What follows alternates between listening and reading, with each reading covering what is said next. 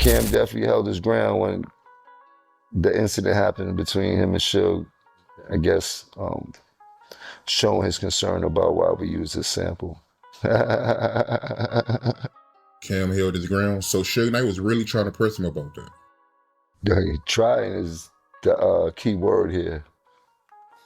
I mean, if Daz gave Cam permission to use it, I don't see why Suge Knight was mad. I don't even know the ins and outs of it at that point. We didn't really care about who made beats, nothing. We just was putting shit out. We didn't care about none of that. They tried to take game off of certified gangsters. I told Dr. Dre some flash. I told them to tell Dr. Dre some flash.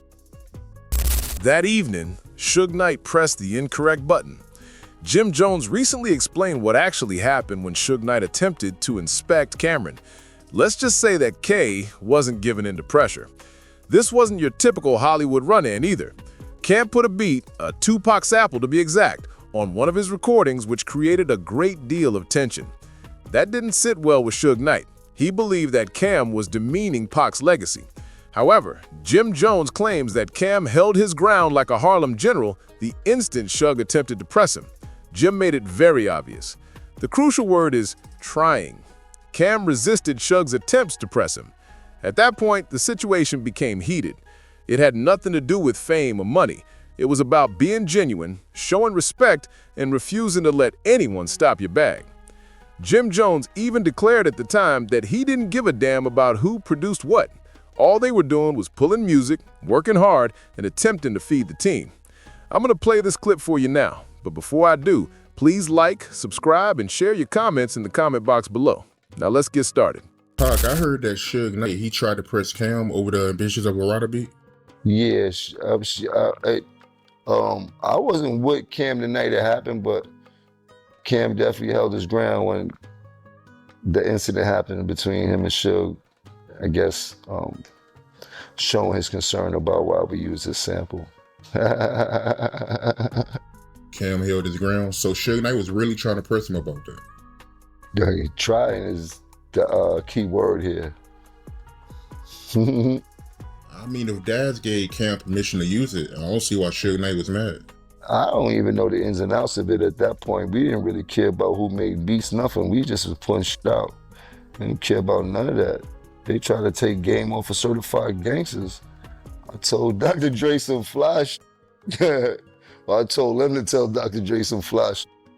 You know what I mean? Very young in the game, but I got to meet Dr. Dre afterwards. I got to do a bunch of records with Dr. Dre actually, but when your back is against the wall and you're just coming in the game and you know this could change your life, and some of these people do things that you feel like they're trying to stop your bag or stop from changing your life, and you don't know the ins and outs of the game, yeah, I was ready to do whatever it took. Nobody was taking nothing off my plate at that point in time. You heard? All I knew was, nah, I'm a cold taker. I ain't nobody taking nothing from me. So, you live and you learn. That Certified Gangster is the first time I heard about you too. So, yeah, that's crazy. So Dre, he was trying to stop the game from being in the video. They tried. Attempted. Ended up being one of the biggest looks of Game's life. That was before anybody knew who Game was. He's had a hell of a buzz on the West Coast. Did the deal with Dr. Dre and them, but didn't have no visibility at the time. So what we had did that with that Certified Gangster video and the connection we made gave him a hell of a jump start. You know what I mean? At the beginning of when he first signed his deal. So it worked in their favor. Well, that was the first look to the world before, like, he just signed to Interscope. They haven't even did a video, photo shoot or nothing. Nobody knew how Game looked, and the first look was on my record. So they was naturally trying to block that from happening. You know what I mean? All money in politics, you dig? But it ended up working in his favor. That was a great marketing tool for him to blast off. I thought he was Eazy-E's son when they first told us about him. They're looking on the internet, seeing him rap, and it was nice. And we got in touch with each other, then I bring him out to New York, RP4 Bent. Yeah, I started the brotherhood with my brother. Shouts to Gang. You being the blood, did they accept you when you went to LA? Well, back in that day, I was the only person who went to LA to build the bridge between LA and New York, whatever misconceptions they had about what a New York blood was, or we was imitating blood culture and things like that. And I was the person to go out there to kind of let them know that we as real as it get. But on the flip side of that, it's a very ignorant culture and things like that. And my mindset was so far gone back then, and thinking about it now, was like, what point was I proven with an ignorant mindset going out there? The bridge I was building wasn't for positivity back then. It was more on some gang culture and shit like that. But yeah, I was the person that put that whole thing together and shit like that, and built that camaraderie from the East Coast to the West Coast. But yeah, shouts to LA, man. I have a beautiful time every time I go to LA. You heard? Shouts to my boy Wacko. What's up, blood? In actuality, there has been a silent extortion issue in hip-hop for many years. The entire check-in culture began as a precaution, but evolved into a power struggle. In the guise of respect, several rappers were robbed, taxed, and pressured. In hip-hop, it has been a shadow rule.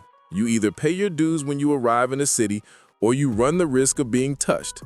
The issue is that some of these purported check-ins had absolutely nothing to do with safety. Under the pretext of protection, they were nothing more than money grabs. Because of this, what Cameron accomplished at that very moment is still relevant today. He wasn't acting carelessly at all. He was opposing a system that had been abusing artists for many years. Fear was a major component of Suge Knight's empire, and no one ventured to question that at all for a very long time.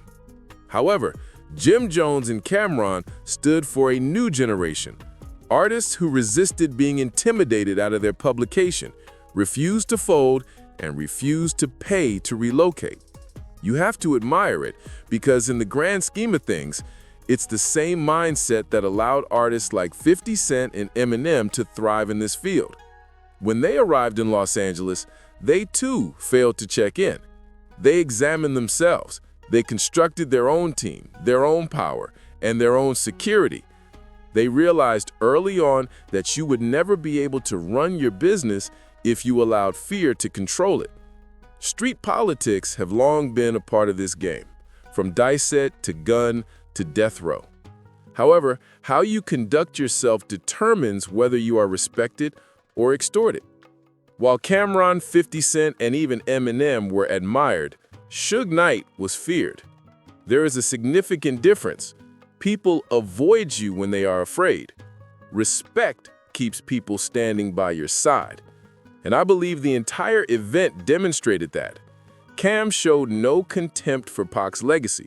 He didn't go too far. He simply wouldn't allow someone from a different coast to dictate how Harlem moved. So, that, therefore, is leadership and confidence. That is the unadulterated version of hip-hop. Maintaining your integrity and being loyal to your art form regardless of who is observing you. Because every city has its own politics in the end, but you shouldn't need to check in anywhere if you are sincere about your business and treat people with dignity. Respect, not fear, is how the true ones check in. And the musicians that grasped that early on, like Cameron, Eminem, and 50 Cent, are the ones that are still active today. So, allow me to ask y'all this. Do you believe that check-in culture protects artists or merely perpetuates the anxiety cycle? And who do you think handled those street politics the best? Gunning or Dipset and its dubious consequences? Please share your ideas in the comments box below. And don't forget to like and subscribe. Tranquility.